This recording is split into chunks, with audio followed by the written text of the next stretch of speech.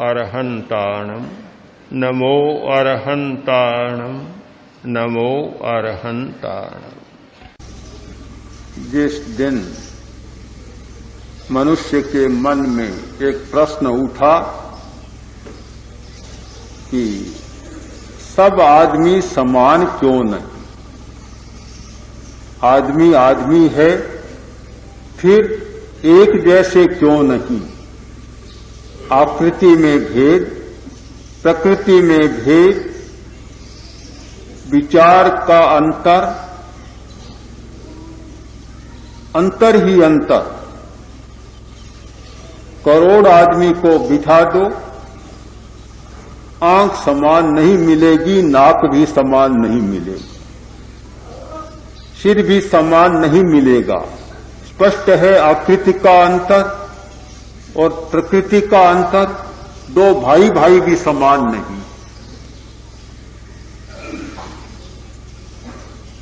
विचारों में तो बहुत अंतर है, भावनाओं में अंतर है। ये भेद क्यों? कौन कर रहा है? कौन ऐसा विधाता बैठा है जो भाग्य की लिपि लिख रहा है और सबको अलग अलग सांचे में ढाल रहा है? कोई एक ऐसा सांचा नहीं कि जिसमें एक समान ढल जाए। तो क्या सांचा किसी ने बनाया नहीं? ये क्यों? कारण क्या? कारण खोजा तो भेद की बात समझ में आई, और यह तब समझ में आई कि जब आदमी स्थूल से सूक्ष्म में गया। स्थूल सृष्टि है, उसमें जो बात समझ में आती है बहुत स्पष्ट है। जब स्थूल से सूक्ष्म में जाता है तो रहस्य का उद्घाटन होता है और नई नई बातें सामने आती है। जो आदमी केवल स्थूल शरीर तक सोचता है, इसमें रहता है, वह कभी कारण का समाधान नहीं पा सकता, कारण की खोज नहीं कर सकता। कारण की खोज करने के लिए स्थूल से हटकर और सूक्ष्म में यात्रा करनी होगी, प्रवेश पाना होगा, तब कारण की बात समझ में आती है। कार्य हमारे सामने आता है, कारण छिपा रहता है। वृक्ष सामने आ जाता है, बीज छिपा रहता है। बीज कभी आकाश में ऊंचा नहीं रहता, वृक्ष तो आकाश में ऊंचा रहता है, पर उसका जो मूल कारण है वह मिट्टी में छिपा रहता है। तो जब सच्चाई को खोजना होता है तो गहराई में जाना होता है, भूमि के अंदर जाना होता है, अतीत में जाना होता है। केवल वर्तमान के आधार पर जीवन को नहीं समझा जा सकता, केवल दृश्य के आधार पर जीवन को नहीं समझा जा सकता। अतीत में जाना होगा, अदृश्य में जाना होगा, सूक्ष्म में जाना होगा, तब कोई सच्चाई सामने आएगी। तो पहले जल्दी की बात करूं,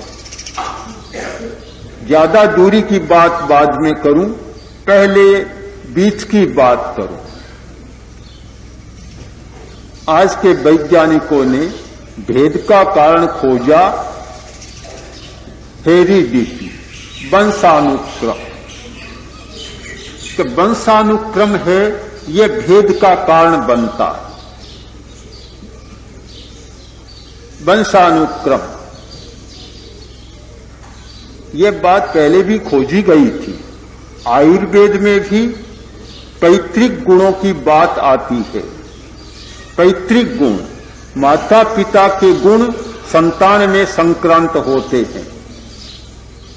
अपने भगवती स्थानांग सूत्र में भी मिलता है कि तौ पेयंगा, 3 पिता के अंग होते हैं।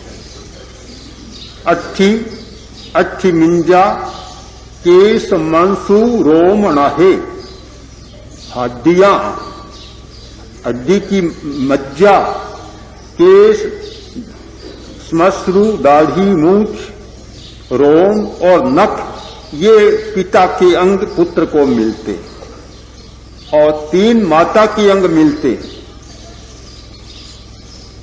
मांस, शोणित और मत्थुलिंग, वस्तुलिंग भेजा, ये 3 माता के अंग संतान को मिलते। तो माता और पिता के गुण या अंग पुत्र में संक्रांत होते हैं, इसका नाम है वंशानुक्रम।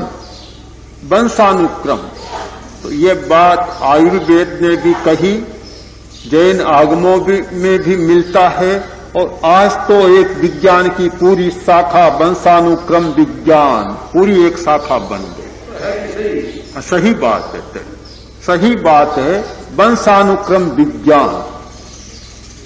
सूक्ष्म जगत की बात देखिए, स्थूल से समझ में नहीं आता।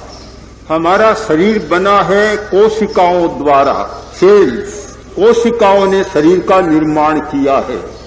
कोशिका कितनी छोटी है, एक सेल कितना छोटा, एक पिन की नोक टिके इतने में करोड़ों करोड़ों कोशिका, इतनी छोटी कोशिका, करोड़ों अरबों, इतनी छोटी कोशिका, उस कोशिका में फिर है जीवन रस, उस जीवन रस में है जीव केंद्र, न्यूक्लियस, एक जीव केंद्र है, जीवन केंद्र है। उसमें है क्रोमोसोम यानी गुणसूत्र, और उसमें फिर है जीन, संस्कार सूत्र। ये जीन है, कितना छोटा हो गया, इतनी छोटी कोशिका, और उसमें फिर छोटा छोटा होता चला गया, और वे जीन है, उस जीन में माता और पिता के संस्कार, पीढ़ियों के संस्कार आते हैं। वे जीन पैतृक संस्कारों के वाहक होते हैं। जीन के पास पहुंचने पर कर्म की बात बहुत समझ में आ जाती है। ये जीन तो अब वैज्ञानिक बात हो गई, जीन की व्याख्या तो वैज्ञानिक है। इतना छोटा जीन, और एक जीन में जो संस्कार सूत्र है, 6 लाख संस्कार लिखे हुए रहते। सूक्ष्म जगत में गए बिना हम क्या सच्चाई को समझ सकते हैं? कभी नहीं। और वे परंपरा के वाहक हैं।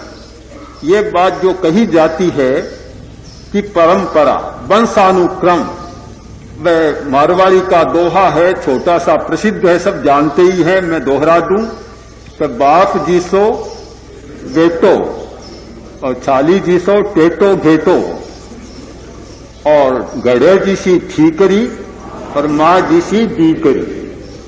इस छोटी सी बात में वंशानुक्रम की पूरी सच्चाई, पूरा विज्ञान भरा हुआ।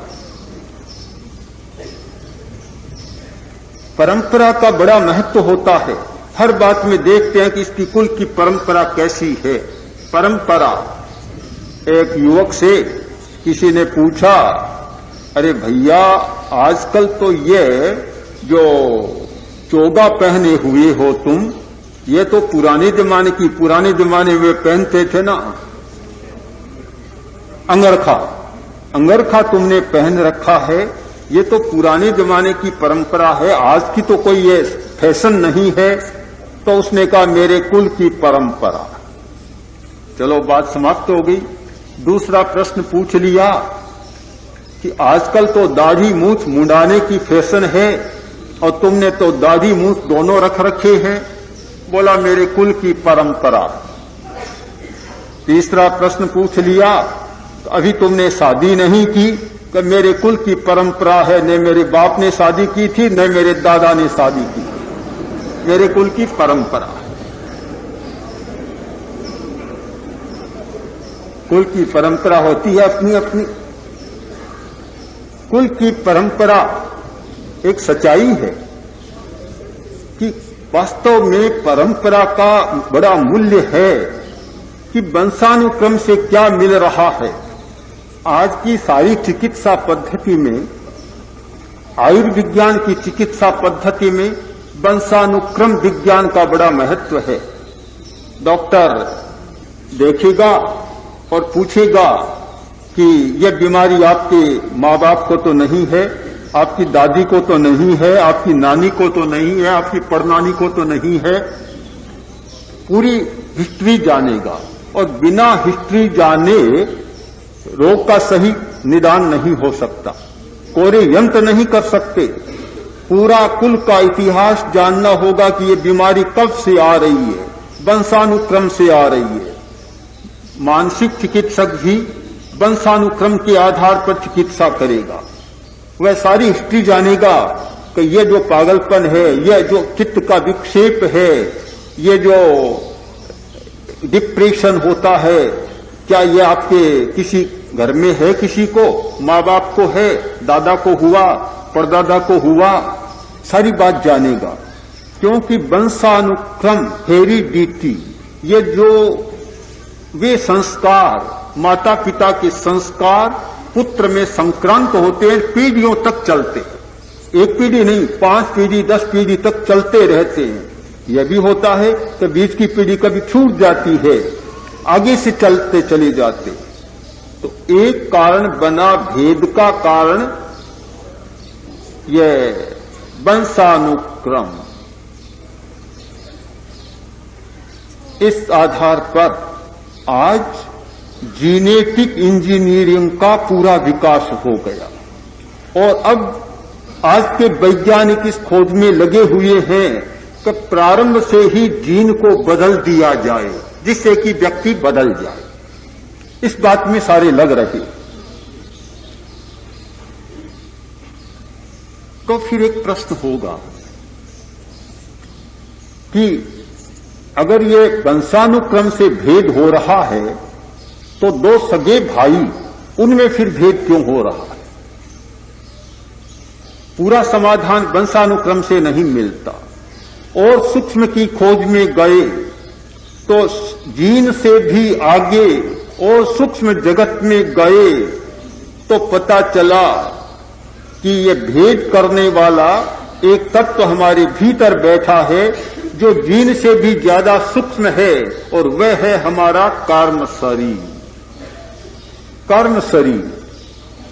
गौतम स्वामी ने भगवान महावीर से पूछा कि भंते, ये इतना भेद क्यों दिखाई दे रहा है?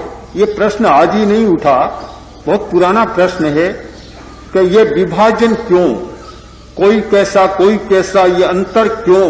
तो भगवान ने उत्तर दिया, कर्मोणम विभक्ति भावम जनयति। ये कर्म के द्वारा विभक्ति भाव हो रहा है। सारी विभक्तियां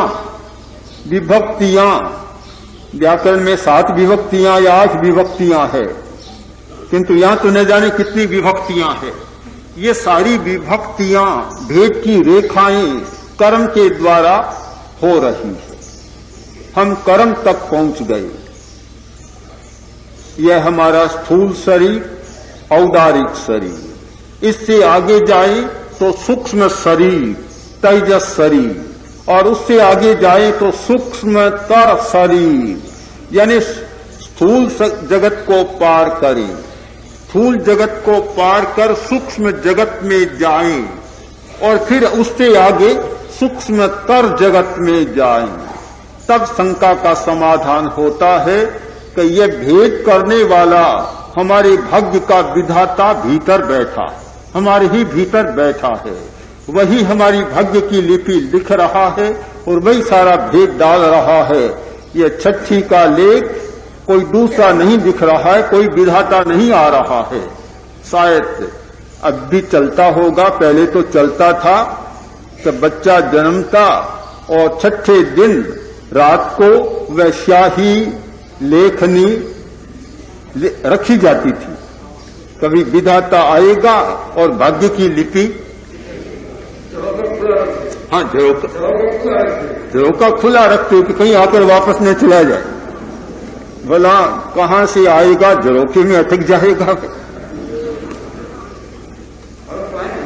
हाँ, परंपरा, बस इससे आगे कोई उत्तर ही नहीं है। बस परंपरा, मेरे कुल की परंपरा। तो ये लिखने वाला अपने भीतर बैठा है, वह है कर्म। कर्म कर्म को समझे बिना, अतीत को समझे बिना वर्तमान को कभी पूरा नहीं समझा जा सकता। जो व्यक्ति केवल वर्तमान को जानते हैं और केवल वर्तमान के आधार पर जीवन का निर्णय लेते हैं और जीवन को चलाने का प्रयत्न करते हैं, वे हमेशा धोखे में रहते हैं। और सबसे बड़ा जीवन का धोखा है अतीत वर्तमान की एक जुड़ी हुई श्रृंखला में घटना मात्र। वर्तमान तो एक घटना है, अतीत उसे प्रभावित कर रहा है और वह अतीत जिसका निर्माण हमने किया है, एक दिन हमारा वर्तमान अब अतीत बन गया, एक दिन हमारी क्रिया अब कर्म बन गई।